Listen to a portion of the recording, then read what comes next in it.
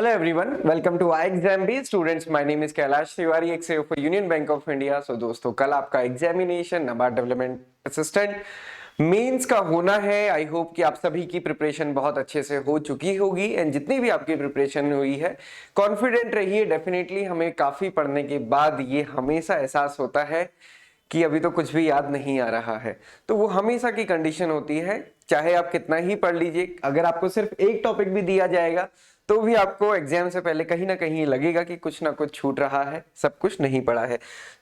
जितना भी आपने पढ़ा है आपको उस पर कॉन्फिडेंट रहना है। मैं कुछ सेफ अटेम्प्ट और लास्ट मिनट की बात करेंगे इस वीडियो में। जैसा कि ये हमने आपको स्टार्टिंग में भी शो किया था जब आपका रिजल्ट अनाउंस हुआ था प्रीलिम्स का। आप यहाँ पे देख सकते हैं कि वैकेंसीज के अगेंस्ट कितना कंपटीशन है और इतने बच्चे सेलेक्ट हुए हैं। टोटल 5220 स्टूडेंट सेलेक्ट हुए हैं फॉर द 173 वैकेंसीज। ये समझना थोड़ा सा जरूरी है यहाँ पे एक बार। हालांकि इससे डिमोटिवेट नहीं होना है, वो तो खैर आप ऑब्वियसली नहीं होंगे क्योंकि आप एक बड़ा कंपटीशन पहले ही फाइट कर चुके हैं। यहाँ पे आप अपने स्टेट के अकॉर्डिंग देख सकते हैं वैकेंसीज और एक वैकेंसी के अगेंस्ट कितने स्टूडेंट्स हैं, मतलब आपकी जो फाइट है वो कितने स्टूडेंट्स के साथ है, ये आप देख के चलिए। तो यहाँ पे जो इंपॉर्टेंट है वो क्या चीज है, आपने जब प्रिपरेशन के टाइम पे जितनी मेहनत की थी आपने वो कर ली है। जब आप एग्जाम देने बैठे कुछ भी प्री ऑक्यूपाइड अपने माइंड को लेके ना बैठे। कहने का क्या मतलब है, ये मान के ना जाए कि इतने अटेम्प्ट करने हैं या फिर इससे ज्यादा नहीं करने हैं या फिर इतना तो लिखना ही लिखना है। कंडीशन के अकॉर्डिंग, एग्जाम के लेवल के अकॉर्डिंग, क्वेश्चंस के लेवल के अकॉर्डिंग, और वो क्वेश्चन का लेवल आपको वहां पे नहीं समझ आएगा। लेवल हमें तभी पता चलता है जब हम कंपेयर करते हैं। एग्जाम में पेपर इजी है या डिफिकल्ट है बहुत ज्यादा हम रियलाइज नहीं कर पाते हैं। आपसे क्वेश्चन अगर होगा डेफिनेटली उसको कीजिए, नहीं होता है तो ये मान के चलिए कि दूसरे से भी नहीं हो रहा है। अपने आप को फुली मोटिवेट रखिएगा। ये नहीं सोचना है कि मेरे से नहीं हो रहा बाकी सब कर रहे हैं, क्योंकि जैसी आपकी प्रिपरेशन है वैसे ही साथ वाले की भी प्रिपरेशन होगी। ये ध्यान रखिएगा।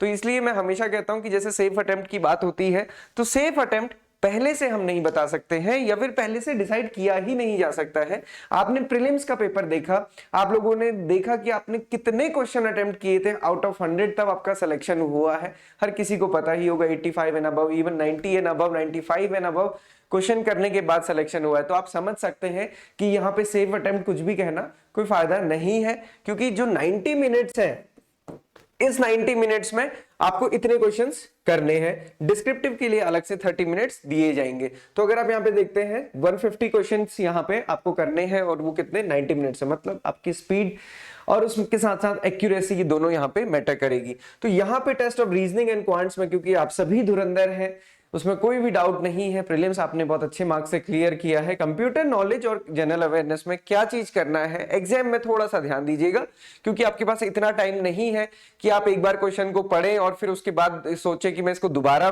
देखूंगा, क्योंकि दोबारा देखने का टाइम हो सकता है कि आपको ना मिले। तो इसलिए मार्क एंड सेव करते हुए चलिएगा। जनरल अवेयरनेस में जो क्वेश्चन आता है यस या नो, अगर आता है तो उसको ऑप्ट कीजिए, अगर नहीं आता है और अगर आपको दो ऑप्शंस में डाउट है तो आप गैस करने का सोचेगा, अदरवाइज गैस मत कीजिएगा।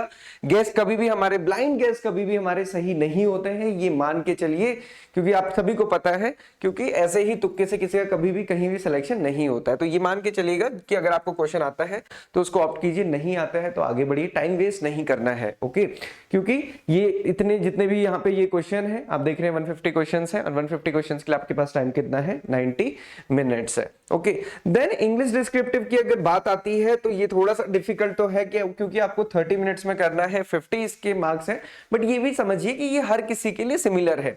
तो यहाँ पे क्या करना है आपको, जो आपके 3 क्वेश्चंस आने वाले हैं, आपने देखा होगा अपने इंफॉर्मेशन हैंडआउट में भी, ऐसे राइटिंग में 3 ऑप्शंस होंगे, आपको कोई भी एक अटेम्प्ट करना है। मैक्सिमम मार्क्स इसके 20 हैं और जनरली जो वर्ड लिमिट होती है वो 200 से 300 के बीच हो सकती है, 200 से 250 भी हो सकती है। देन जो दूसरा लेटर राइटिंग है, इसमें 2 ऑप्शंस होंगे, आपको एक करना है लेटर राइटिंग और रिपोर्ट राइटिंग में। देन प्रेसी राइटिंग है और ये 15 मार्क्स का है, ये 150 वर्ड्स का एंड अगेन ये 150 वर्ड्स का। तो अगर आप टोटल देखेंगे तो अप्रॉक्स आपके पास यहाँ पे 600 वर्ड 30 मिनट्स में 600 वर्ड्स आपको लिखने हैं, जो कि काफी डिफिकल्ट है, इतना बहुत इजी नहीं है, वो आप समझते हैं। इंपॉर्टेंट क्या याद रखिएगा, फॉर्मेट्स पे आप पूरा ध्यान दीजिए कि आप जो भी कंटेंट लिख रहे हैं उसके साथ साथ फॉर्मेट आपका पूरा रहे। प्रेसी राइटिंग में आपने टॉप टाइटल जरूर देना है, अदरवाइज फिर कोई फायदा नहीं रहेगा। सिमिलरली लेटर राइटिंग में जो भी फॉर्मेट है लेटर के अकॉर्डिंग आप उन पूरे को पॉइंट वाइज मेंशन कीजिए। बीच का कंटेंट कम भी रखेंगे तो भी चलेगा और टू द पॉइंट ही रखिएगा, उसमें लेटर राइटिंग में कोई गप मारने की वैसे भी कोई जरूरत नहीं है। ऐसे राइटिंग में भी आप जो फ्रेम करेंगे ना, introduction then body and then conclusion, उसको अकॉर्डिंगली फ्रेम कीजिएगा। ऐसा नहीं होना चाहिए कि जंपिंग आप कर रहे हैं, सेंटेंसेस के बीच में रिलेशन नहीं है। एक फ्लो सा जरूर बनाए, भले ही वर्ड लिमिट उसमें कम रहे।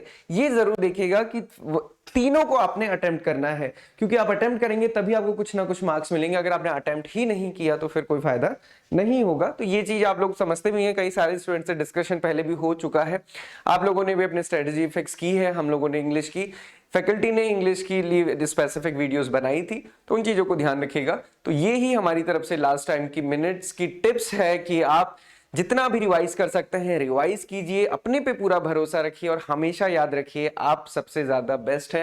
Remember you are the best, और आपका कोई कंपैरिजन नहीं है, कभी हम कंपैरिजन नहीं कर सकते हैं। ये मत सोचिएगा कि मेरे साथ वाले का तो इधर भी सिलेक्शन हुआ था तो वो मेरे से ज्यादा होशियार है, ऐसा कभी होता नहीं है। माइंड्स को हम कभी भी कंपेयर नहीं कर सकते हैं। प्रीवियस ईयर कट ऑफ का प्रेजेंट एग्जामिनेशन से कोई रिलेशन नहीं है, तो लास्ट टाइम पे तो बिल्कुल टारगेट करके मत जाइएगा।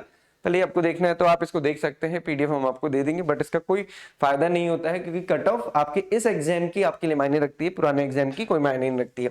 मॉक टेस्ट अटेम्प्ट कीजिए लास्ट टाइम पे, एटलीस्ट जिएगा जितना हो सकता है, क्योंकि 50 मार्क्स का है कंप्यूटर अवेयरनेस को, और जितनी ज्यादा आप रिवीजन करेंगे लास्ट टाइम पर, अगर आपके अपने नोट्स हैं तो उनको मैक्सिमम रिवाइज कीजिए। So this is all from our side. Amit Parhi sir ने एक स्पेशल नोट लिखा है ना, आप उसको जरूर पढ़िएगा। यहाँ पे स्क्रीन पॉज करके जूम करके आप कर सकते हैं, अदरवाइज ये कम्युनिटी पे हमारे टेलीग्राम चैनल पे भी हमने पोस्ट किया है। So all the very best, and exam के बाद जरूर बताइएगा, हम लोग सेशन करेंगे डेफिनेटली, एग्जाम एनालिसिस करेंगे, बताइएगा कि आपका कैसा सिलेक्शन हुआ। बट इस मोटिवेशन के साथ जाइए कि आपका सिलेक्शन जरूर होगा, definitely you will clear this examination. Comment box पे भी जरूर लिखिएगा। So all the very best for your examination.